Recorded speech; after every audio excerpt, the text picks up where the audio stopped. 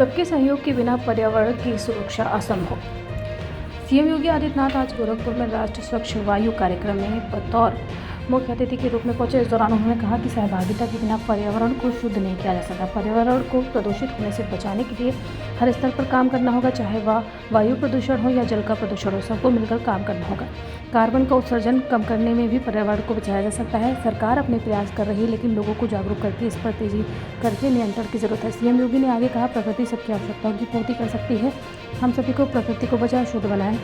आज गोरखपुर में air quality index अच्छा है। नवंबर से फरवरी के महीने तक राजधानी दिल्ली में जो स्थितियां पैदा होती है, जिसमें माननीय उच्चतम न्यायालय को बार बार इंटरवेट करने के लिए मजबूर होना पड़ता है, वह दृश्य भी होता है। राष्ट्र प्रस्तावना के लिए लखनऊ से संजय श्रीवास्तव की रिपोर्ट। एक अच्छी छलांग लगाई है। आपके सामने नवंबर से फरवरी का महीना राष्ट्रीय राजधानी क्षेत्र के अंदर जो स्थितियां पैदा होती हैं, जिसमें माननीय उच्चतम न्यायालय को बार बार इंटरवेन करने के लिए मजबूर होना पड़ता है, वह दृश्य भी होता है, जिसमें पूरा एनसीआर क्षेत्र एक गैस चैम्बर में बदल जाता है। और उस समय देश के जितने भी लंग्स विशेषज्ञ होते हैं, इनके द्वारा एक हेल्थ अलर्ट जारी किया जाता है और हेल्थ इमरजेंसी के रूप में लोग कहते हैं कि जो भी लंग्स के पेशेंट हैं वे सावधानी रखें, घर के बाहर न निकलें, मास्क लगाएं, या फिर और भी बहुत सारी सावधानी उस समय इनके द्वारा दी जाती है। आखिर कौन है इसके लिए जिम्मेदार कि देश की राजधानी गैस चैम्बर में बदल जाती है? ये केवल दिल्ली के लोग ही उसके लिए जिम्मेदार नहीं होते। कहीं ना कहीं ऐसा जरूर होगा जिसमें हम लोग इन चीजों को अक्सर नजरअंदाज करते हैं, लेकिन कहीं ना कहीं कोई ना कोई कारक जरूर होगा जो दिल्ली और आसपास के क्षेत्र को एक गैस चैम्बर में बदल करके लोगों के स्वास्थ्य के साथ और उनके जीवन के साथ खिलवाड़ करने की एक स्थिति पैदा कर दी जाती है। और मुझे लगता है कि उन चीजों के बारे में हम सबको आज समय आ गया है। प्रधानमंत्री जी ने वैसे ही नहीं कहा कि हमें सन 2070 तक नेट जीरो के लक्ष्य को प्राप्त करना है। नेट जीरो का मतलब कार्बन उत्सर्जन को न्यूनतम करने की दिशा में बढ़ाए जाने वाले कदम। पिछले 10 वर्ष में इसके लिए अनेक कार्यक्रम चलाए गए। आपने देखा होगा, पहले नगरीय क्षेत्रों में स्ट्रीट लाइट लगती थी, हैलोजन लगते थे, वो ऊर्जा भी ज्यादा लेती थी, आवाज भी करती थी और कार्बन उत्सर्जन भी ज्यादा करती थी।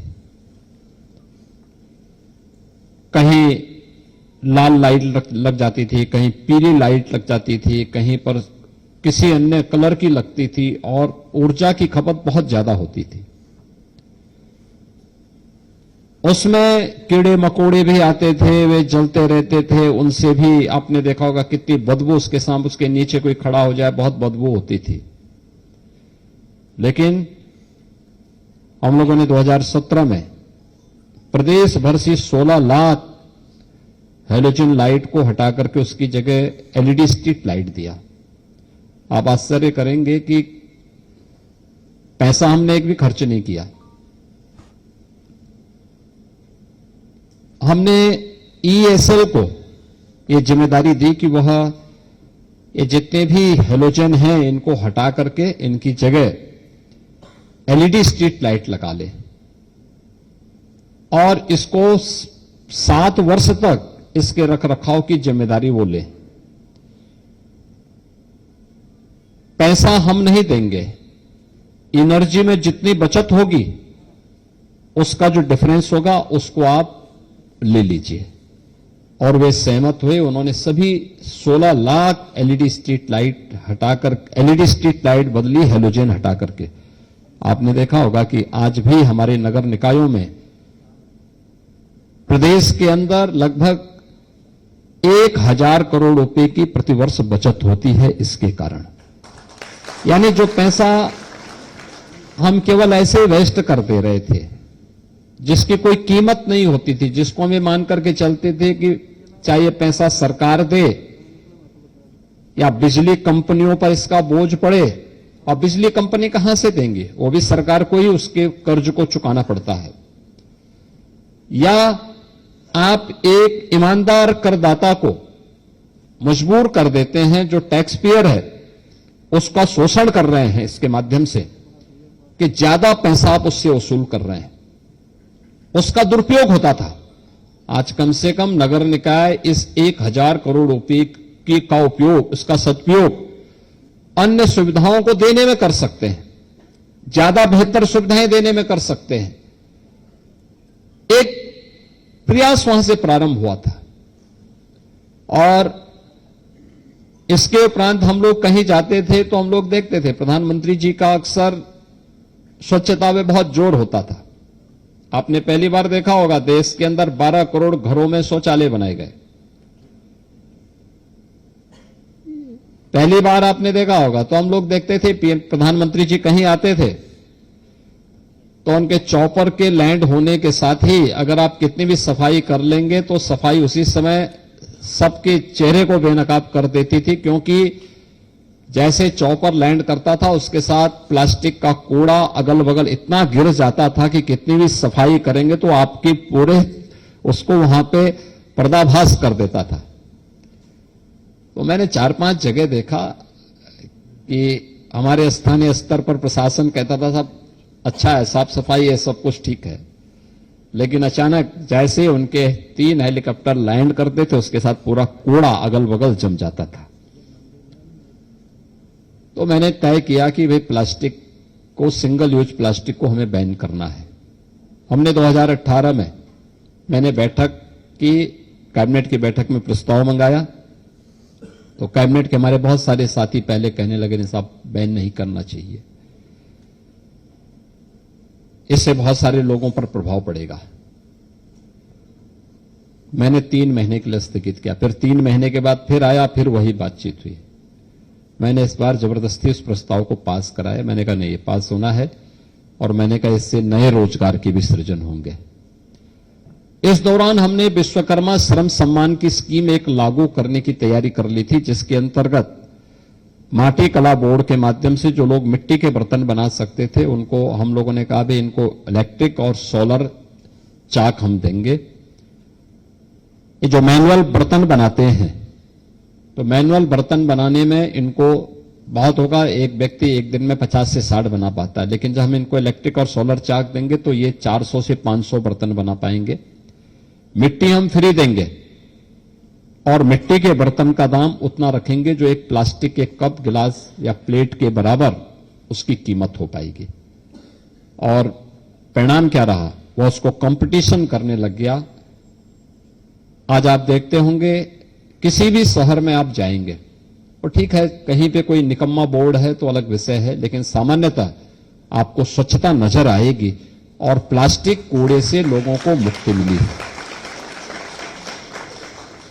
प्लास्टिक कूड़े से मुक्त मिली है तो मैं गोरखपुर सिटी में ही देखता हूं इस चीज को। 2017 के पहले 1 घंटे अगर बरसात पड़ती थी तो सिटी में 3 से 4 फीट तक वाटर लॉगिंग होती थी। हमने 2017 में यहां के प्रशासन से कहा कि भाई देखो अपने ड्रेनेज सिस्टम को ठीक करो। इसके बाद 18 में थोड़ा प्रयास हुआ, अच्छे परिणाम आए। 19 में और अच्छे परिणाम आए, और 2020 में हमने जब प्लास्टिक को पूरी तरह हम बैन कर चुके थे, उसको लागू कर चुके थे, ड्रेनेज सिस्टम को दुरुस्त कर चुके थे। एक दिन की स्थिति है जब लगातार 12 घंटे तक बरसात पड़ती रही। संजोग था कि मैं भी उस दिन गोरखपुर में था, और जैसे ही बरसात बंद हुई मैं सिटी में निकला, मुझे कहीं भी वाटर लॉगिंग पूरी सिटी के अंदर नहीं मिला था।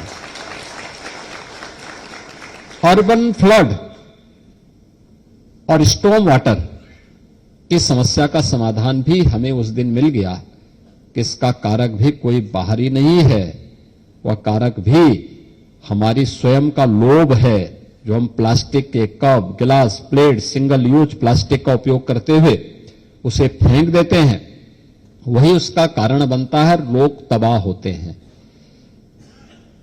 ऐसे ही अन्य बहुत सारे कारण हैं जो एयर क्वालिटी को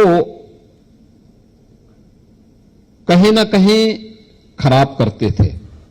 जिन कारकों को हम लोगों ने यहां पर देखा होगा, आपने देखा होगा एकला बंधे पर जो बायो रेमिडिएशन की पद्धति को अपना करके इन्होंने कूड़ा निस्तारण की व्यवस्था की है। ऐसे ही एनजीटी गोरखपुर नगर निगम पे बराबर फाइन करता था, और फाइन इस बात को लेकर करता था कि यहां का पूरा ड्रेनेज राप्ती नदी में गिरता था। मैंने इनको कहा, इन्होंने कहा एसटीपी लगाएंगे, 110 करोड़ रुपए का ये लोग प्रस्ताव भेजे थे।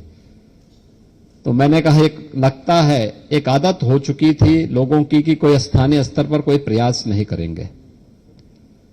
तो मैंने कहा ये पैसा क्या दहेज का पैसा है क्या कि आप लोग जाते हैं प्रस्ताव अपना भेजते हैं? कोई देसी पद्धति अपनाओ, और देसी पद्धति अपना करके लोगों के सामने एक मॉडल प्रस्तुत करो।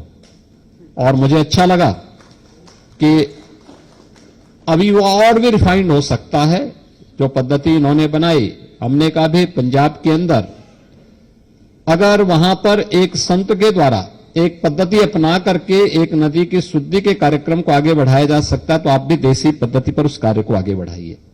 और पुराने समय में यह होता था कि जल की शुद्धि के लिए भी अलग अलग मानक तय कर दिए जाते थे। यहां ईंट होता है, हमने कहा ईंट का झावा लगाइए, मोटा जो बोल्डर होते हैं उसको रखिए, उसके बाद दूसरा लेयर उसका दीजिए, तीसरा मोटी गिट्टी का दीजिए, चौथा बालू का दे दीजिए। और नगर निगम ने उस कार्य को आगे बढ़ाया। परिणाम क्या था? जो बीओडी लेवल, जो बीओडी पहले जो ड्रेनेज का था, वहां पर वाटर की जो क्वालिटी थी, जो बीओडी लेवल था 350 के आसपास था,